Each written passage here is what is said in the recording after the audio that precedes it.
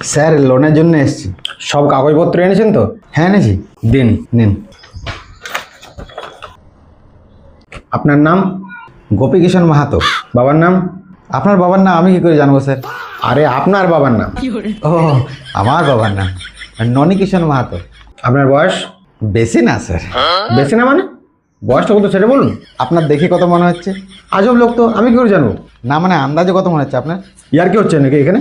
পারলেন না তো স্যার, আমি জানতাম আপনিও পারবেন না। আমার বয়স এখানে কে বলতে পারেনি। তাহলে বয়সটা বলতে কি কষ্ট হচ্ছে? আমার বয়স এই সবে 55। আমি তো ভেবেছিলাম 60-65 হবে বোধ। কি বললেন স্যার? কিছু না। তা কত টাকার লোন চাইছেন? 5 লক্ষ টাকা স্যার। এত হবে না, 1 লক্ষের বেশি দেওয়া যাবে না। কেন ব্যাংকে বিক্রি হয়ে গেল নাকি স্যার? এই সিকিউরিটি একে বার করতো। না না স্যার, যত হবে ততই দিন, ততই দিন। মানে কোথা থেকে যে আসে এরকম লোক কে জানে বাবা। তো যদি আপনার কিছু হয়ে যায় তো এই লোনটা কে মেটাবে? আপনি বলতে চাইছেন আমি মরে যাবো? না না না, আমি তা বলিনি। মানে হচ্ছে যে দেখুন, মানুষের কখন কি হয়ে যায় সেটা তো আর কেউ বলতে পারে না। আমি সেই হিসেবে বলছি। এই সবে 55 বছর বয়স আমার, আমার কিছু হবে না। ধরুন যদি কিছু হয়ে যায় তখন? তখন আমার ছেলে মেটাবে। আমি সেটাই তো বলছিলাম। তো আপনার ছেলেকে নিয়ে আসুন, ওর সই লাগবে এখানে। আমার এখনো বিয়ে হয়নি, ছেলে কিভাবে থাকবে? আজব কাণ্ড। তাহলে যে বললেন এখনই ছেলে মেটাবে।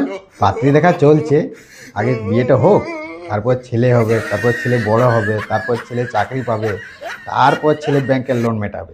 হ্যাঁ,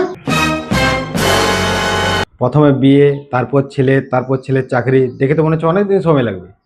তা আপনার জমি জায়গা কিছু আছে কি? এখন নেই, তবে বিয়ে হলে 15 টাকায় কিনে নেবো। বিয়ে তো 15 নেবেন? কি কি? কিছু না। তা আপনার বাড়ির দলিলপত্র আছে কিছু? হ্যাঁ আছে। ওইটা দিন তাহলে। এই নিন।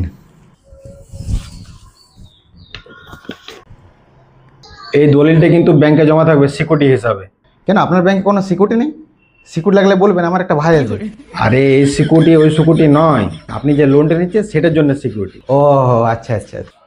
স্যার বলছি কি, আপনার জানাশোনা কোনো শিক্ষিত ভালো সুন্দরী পাত্রী আছে কি? এখানে লোন নিতে এসছেন না পাত্রে খুঁজতে এসছেন?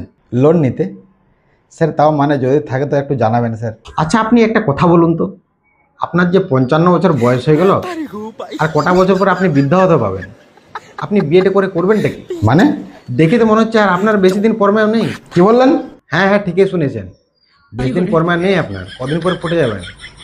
এই বুড়ো বয়সে বিয়ে করে লোকের মেয়েকে বিধবা করার ইচ্ছা আছে নাকি? কি উল্টা পাল্টা বলছেন এগুলো? ঠিকই বলেছি, কোনো মেয়ের বাবাই মেয়ে দেবে না আপনার মতো বুড়ো বুড়ো ভাঙ। এই বুড়ো বয়সে বিয়ে না করে ঠাকুর নাম করুন, যদি পারেন তো সাধু সন্ন্যাস হয়ে যান। আপনারা বিয়ে হবে না কোনোদিন। আপনার দিন ফুরিয়ে এসছে, শালা বুড়ো ভাম কোথাকার, বুড়ো সক্ষম। হ্যাঁ